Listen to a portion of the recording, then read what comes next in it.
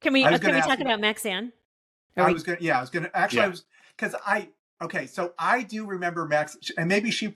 When I talk, I wish I had known the Maxanne story because when I worked in radio, she had Moose and Squirrel promotion, and I talked to her all the time. I had no idea of this backstory of hers, and maybe she promoted Buffalo Tom at one point. No. No, no. No, we were Okay. after her time, I think. Yeah. In 94, I mean, it was like Oh. 94, 95. Like Moose and Squirrel was her radio promotion company.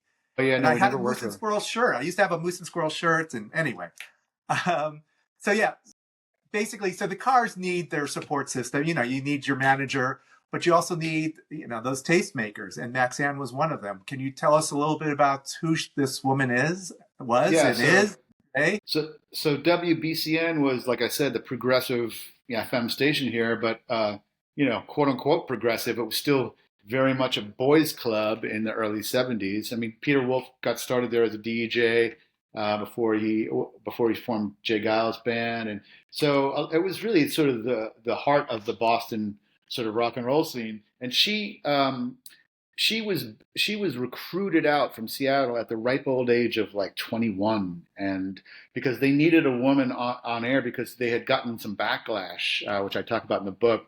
Charles Lacordera, who is kind of a legend here, made some sort of offhand. He was reading some copy or just ad libbed. For guys and chicks, for chicks want to come, for not just men, but chicks. And women got outraged at that. And there was a protest. They actually brought baby chicks and put them on the general manager's desk. And they got the lesson really quickly. And they recruited her out, to their credit. And she started on air. She, in her tenure here, she broke almost single-handedly. She broke the Cars. She broke Aerosmith. I mean, Steven Tyler credits her as breaking Aerosmith. She was instrumental in breaking Bruce Springsteen and Queen as well in America. So she was gigantic because she didn't really, it was an era where jocks could play whatever they wanted pretty much, and they were hiding the carts from her, where the tapes where they had this certain song on, because she was playing Just What I Needed as a demo too much, and they were getting phone calls for it before they had an album. But she was, she had already she was housemates with, I should say, the Modern Lovers, including David Robinson and Jerry Harrison, who went on to be in Talking Heads, and she sort of helped very much, as to the extent she could, helped the Modern Lovers get to at least the point until Jonathan sort of broke it all up, Jonathan Richman. But then she was trying to help Rick's other band. She met Rick, I think, in the Captain Swing era, and she was trying to promote them. But she was the one that told them to go get David Robinson, to go basically poach him from this band DMZ, who weren't really doing much.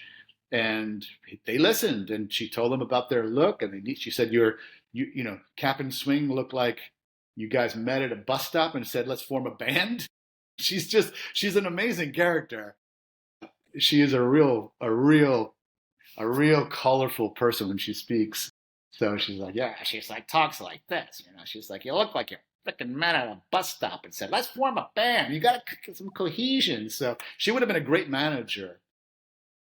But again, sexist times, Rick went in a different direction, and but always respected her. And Elliot Easton made sure to give her a shout out in his induction speech at the Rock and Roll Hall of Fame, which meant a great deal to her.